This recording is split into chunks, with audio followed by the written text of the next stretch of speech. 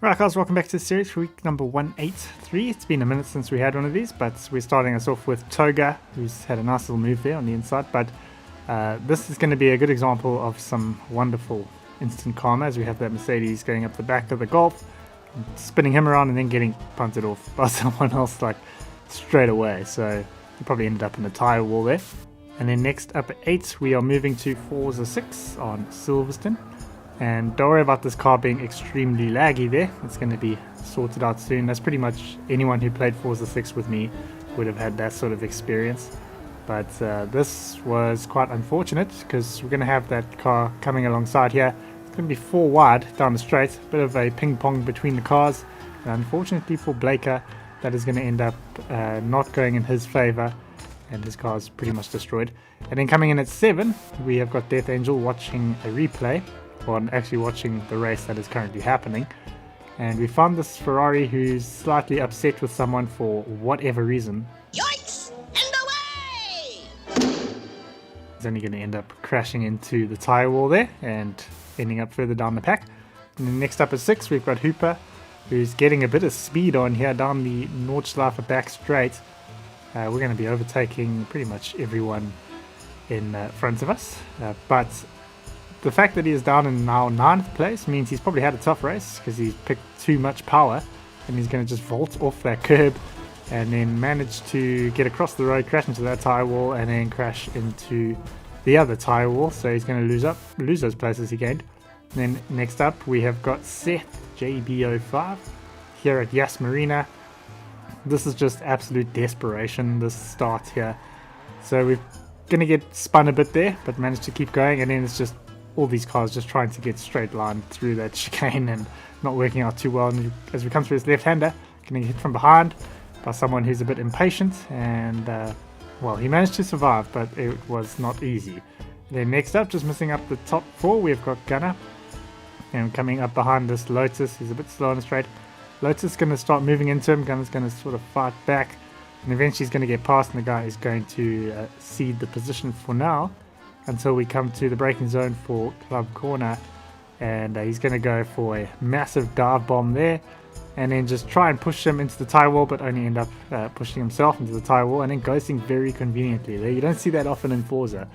And then starting off with the podium, we've got a closing badge, and we've had that guy miss out already. I think there's something wrong with the closing badges game because there's a bit of stuttering going on, but anyway, the guys had a go, and now as we come into the hairpin, we're going to go for, believe it or not, another go. And it is in a penalty lobby as well, so it's not worked out too well for him. I think closing badge got a bit distracted and went off the track, but that's okay. He at least didn't get punted. And then next up at 2, we've got Far Noodles, and this Ferrari pretty much caused everything here. So he's going to run wide. Far Noodles is going to go on the inside. The guy is going to just not really be too concerned about the fact that there is a car there.